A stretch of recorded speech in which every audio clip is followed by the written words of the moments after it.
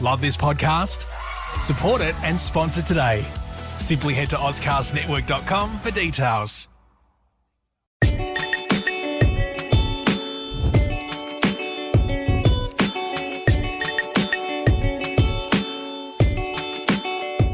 Hello and welcome everybody to another episode of Incredible Adventures in Marketing. My name is Liam and as always I'm joined by Phil. Phil, how you going, mate? Good, thank you. Now it's been a little while since we've put out an episode. The last time we did it was at the Adelaide Podcast Festival. It was, yeah.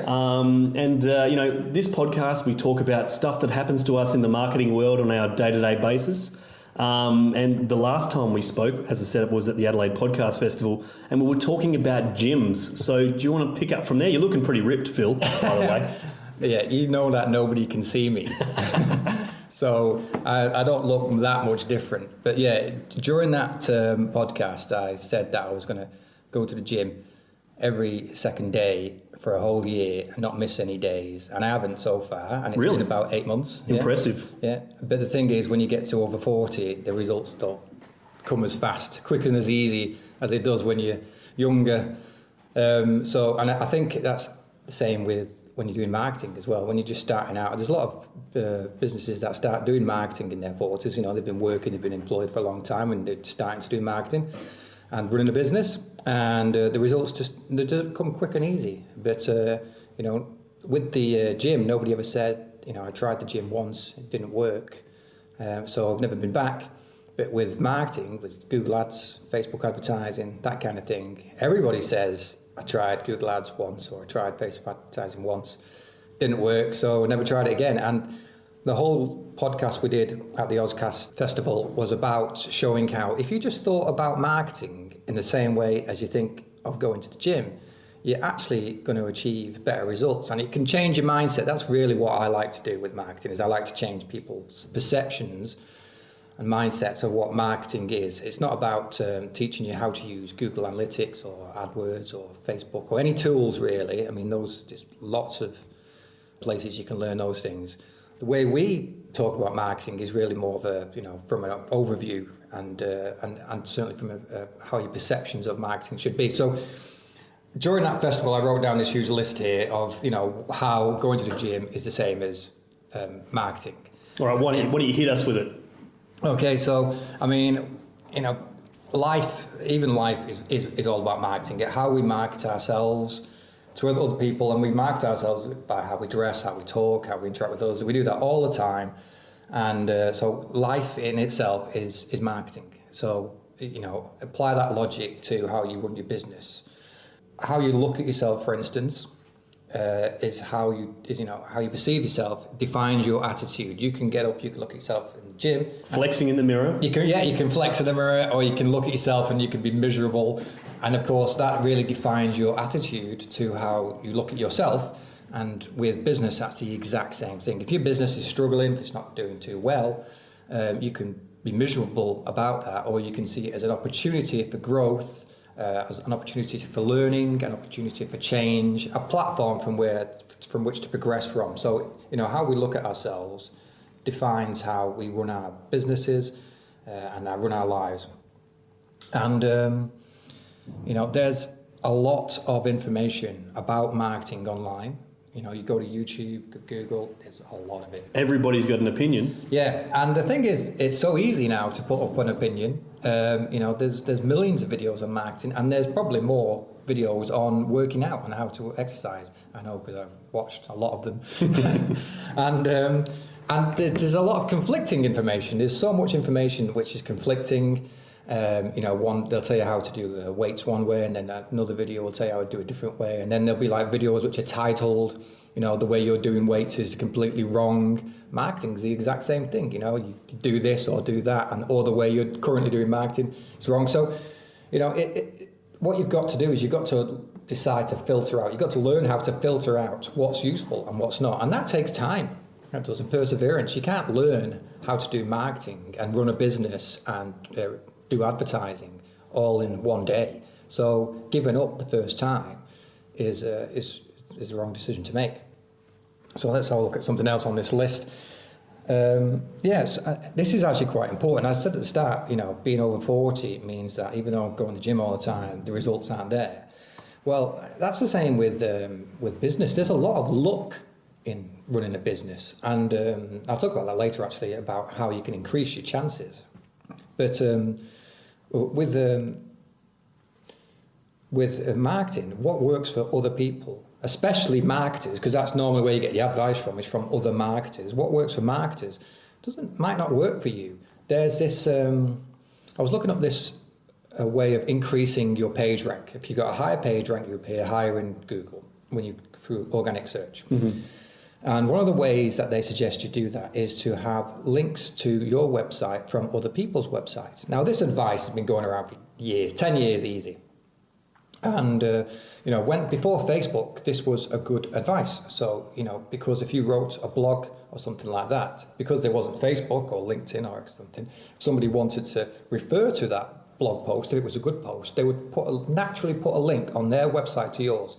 Now, if you see a good blog post, you share it on Facebook, or you share it on LinkedIn, or whatever way you share it. So you're sharing within the platform rather than giving on your own website. A link. Yeah, that's right. And because you're not giving that link from your own website, you're not giving that vote of confidence, because Facebook doesn't give any other websites votes of confidence. Every link to your website is a vote of confidence from somebody else. So that strategy of, if you write good content, other people will link to it, no longer works. However, that strategy is still being given out in different ways. So one of the ways that people tell you how to get links is if you actually offer other businesses on their blogs to write content for them. So you approach a business, you say, I've got a great idea for an article. Would you allow me to write that article on your blog? And in exchange, we'll link that to my website, have a link to my website. And again, that's been going on for years and years. People have been giving out that free advice, and it's just not practical. I mean, any website of any sort worth linking to you doesn't have to do that for starters. Mm-hmm. They don't, there's no reason for them. If they've already got a good blog because you want to write on their blog, they've probably already got content writers, you've got enough people writing on their blog.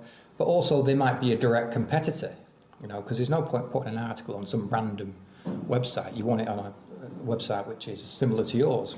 So that doesn't work either. And yes, that's one of them that's currently being viewed as the number one white hat linking strategy to get.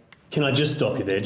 White hat. Can you? There's a white hat and there's a black hat. Yeah. Can you just give everybody a quick rundown on what you're talking about there? Well, black hat linking strategies are all bad ways of linking. So, for instance, if you have if you have a link to your website and it comes from a link farm, which is essentially just a website which has just got a list of links on it, that's seen as bad. And Google will punish you for those doing that kind of stuff, cheating.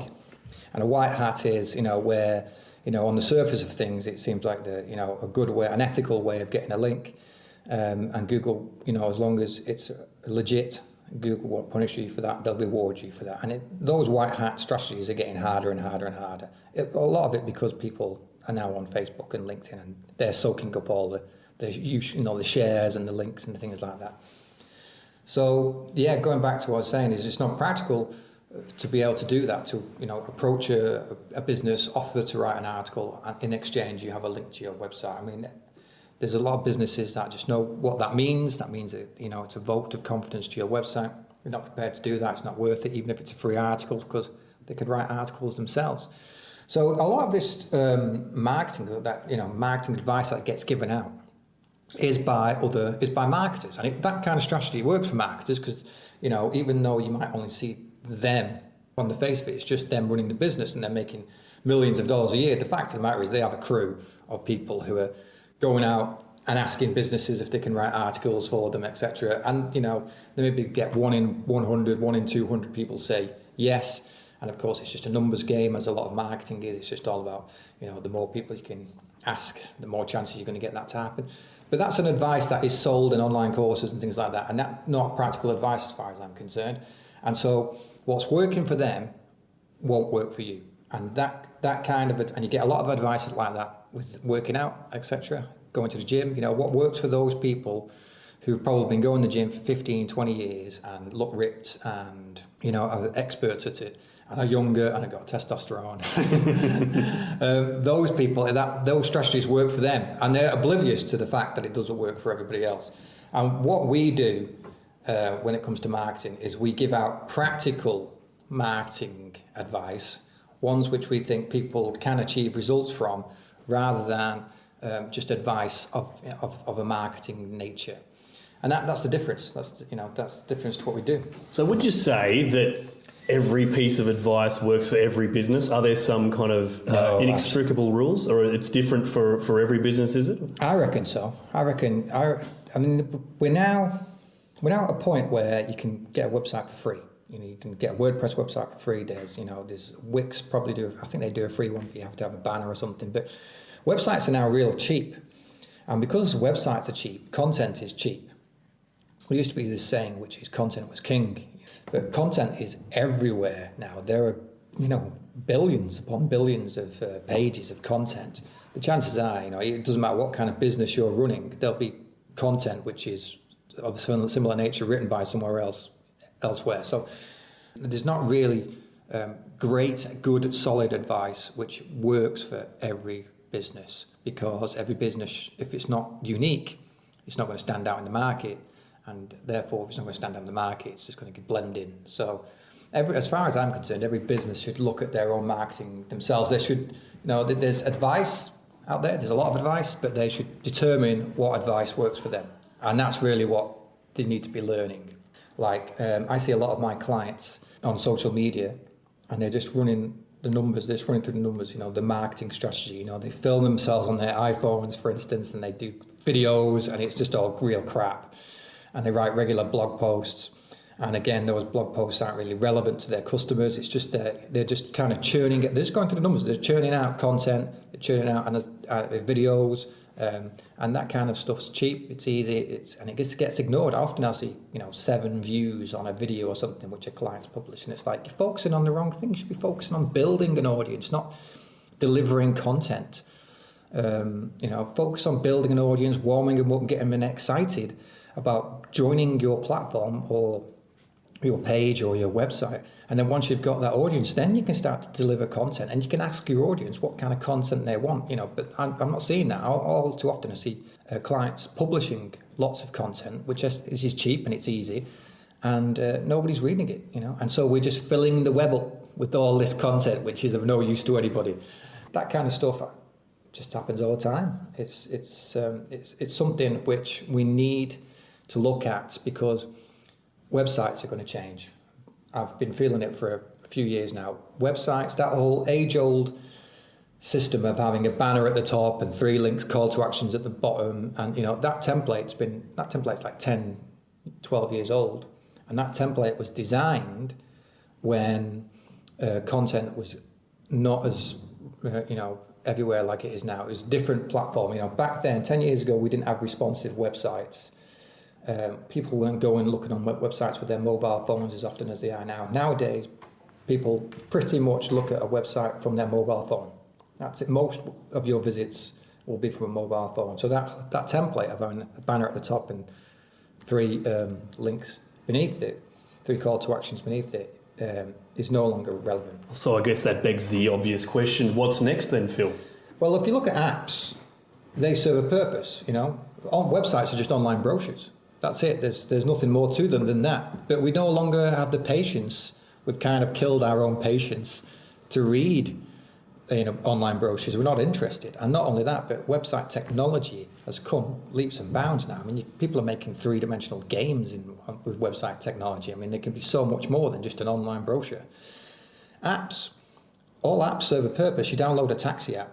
What are you going to do? You're going to book a taxi. You're not going to read about the team who behind that taxi company, or you're not really going to delve into their services or anything. You know exactly what you're using that app for. You turn it on, you find a taxi, you book a taxi, and it's the same with hotel websites as well. You're not interested in who runs the hotel. You're interested in how cheap a room is, what kind of rooms there are. You're not interested in information. You want to do something. You want to book a room. You want to see if it has a nice pool or a gym. Well done for bringing it right back there, Phil. Yeah, I know. But and websites need to be like that. If people come to your website, they've not just found it by accident. That never happens anymore. People find, people search something in website with intent. They've typed something into Google with intent. They know what they're looking for. They know what they want already. They're searching for it. Your website comes up, and what does your website do? It's just an online brochure. It doesn't solve anything. They've come there to do something. Maybe book an appointment, call you, that kind of thing. They're not interested in seeing about your team or your history of your business or anything like that. Or they're not interested in the About You page. They're not really bothered about looking at the blog. It's just a lot of information. It's just text. Websites can be a lot more than that. Apps aren't like that. And websites need to become more like apps. They need to solve the problem immediately. So, if you open up a website, even if it was just blank and just said, how can I serve you? How can I help you? What are you looking for? That would get more engagement. More people would fill something in there, type something in, than they would with a current website, which is just a banner with a list of 3 links. So websites are all about to change. It doesn't matter that they're cheap. Content is everywhere, really. Content is cheap. And, so what's the answer then?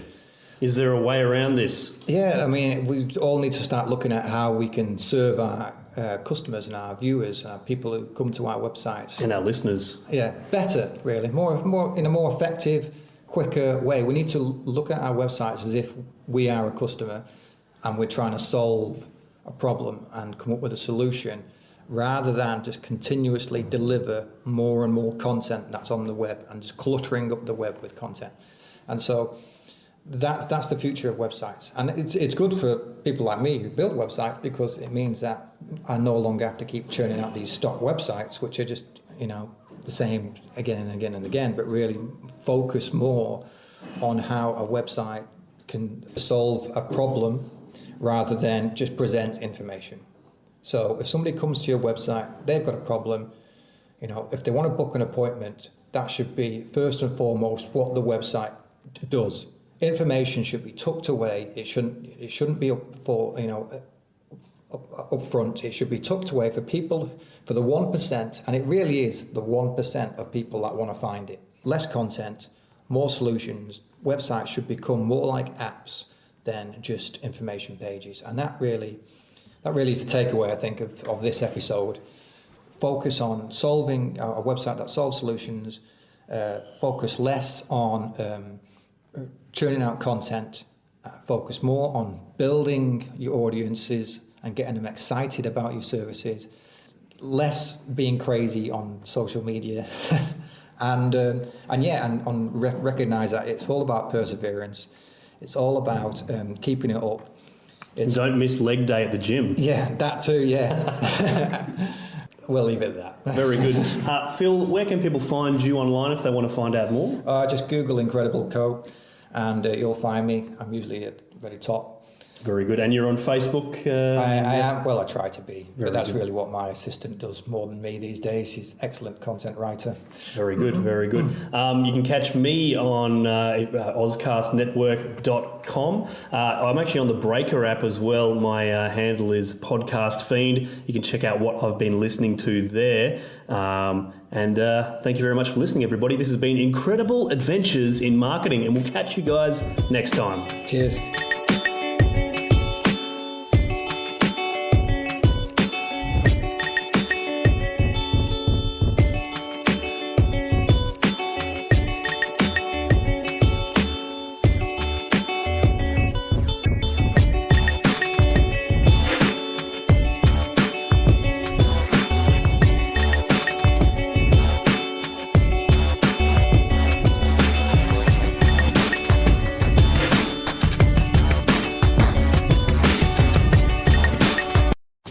Love this podcast?